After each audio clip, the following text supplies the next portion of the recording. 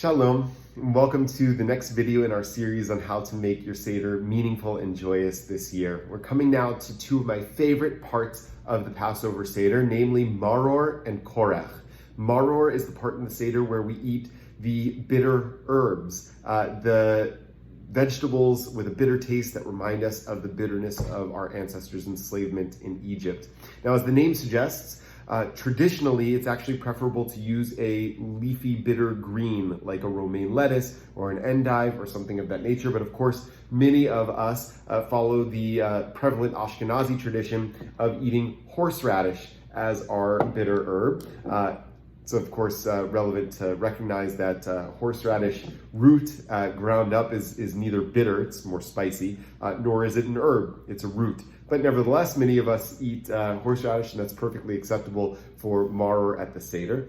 And when we eat maror, it's customary to dip it in charoset. Charoset is a sweet paste, often made from apples and nuts, and maybe some sweet wine and spices.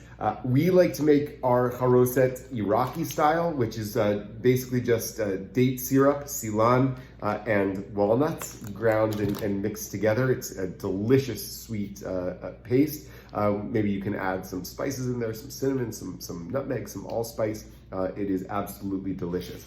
In my book, 30 Days of Liberation, I said, okay, let's face it, charoset is weird. Delicious, of course, but weird. This sweet dip is supposedly meant to remind us of something bitter, the brick mortar used by our enslaved ancestors in Egypt. How do we explain this dissonance? While fanciful allegory is possible, we may, for example, understand charoset as inviting us to see the sweetness in our suffering.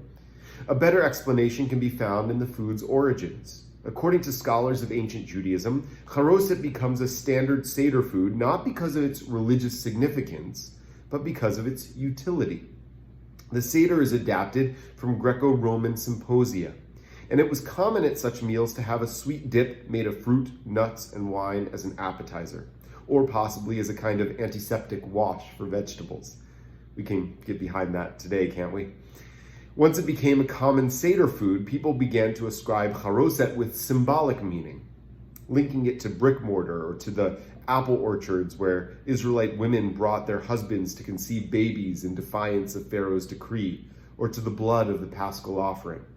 Charoset, in this sense, embodies the essence of what it means to be Jewish, to take the stuff of this world and make it heavenly, to turn the ordinary into the sacred, and to transform the regular into the holy.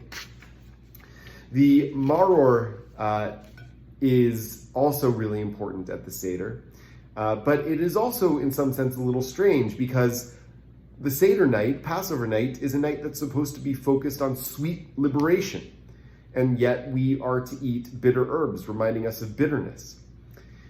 Because while joy is the goal, sorrow is and must be a part of our lives.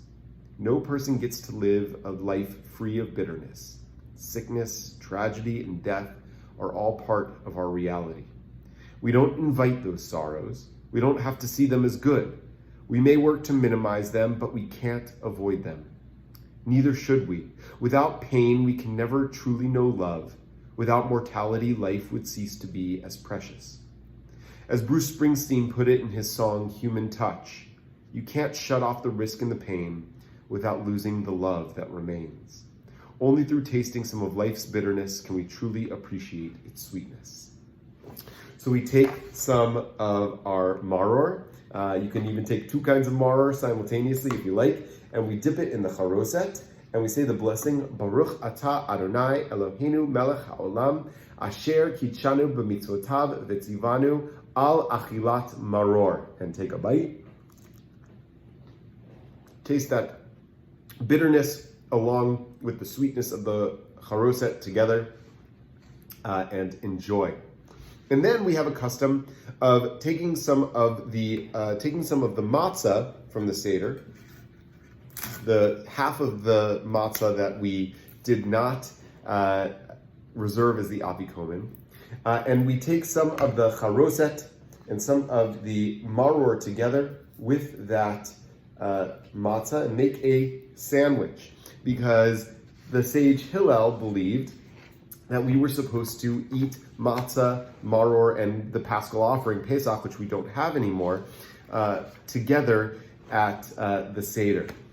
And I love this custom. The Seder, I wrote in my book, 30 Days of Liberation, contains two distinct customs, one representing the view of most ancient rabbis, to eat matzah and marror separately. The other representing Hillel's view, to eat them together as a sandwich. This was not a petty dispute. These rabbis all thought their view was no less than God's will. Yet Judaism believes these and these are the words of the living God. So our practice honors two opposing views as correct. Jewish tradition avows that the path to truth, and more importantly, the path to peace, lies in understanding, respecting, and learning from opposing views, and holding up even those opinions with which we disagree as equally valid and equally holy. And so we say, Zecher lemikdash kehillel. We remember the sanctuary according to Hillel. We remember the temple according to Hillel by eating the Hillel sandwich, matzah with marror and charoset together, honoring multiple traditions held simultaneously as valid in our tradition. B'tei avon.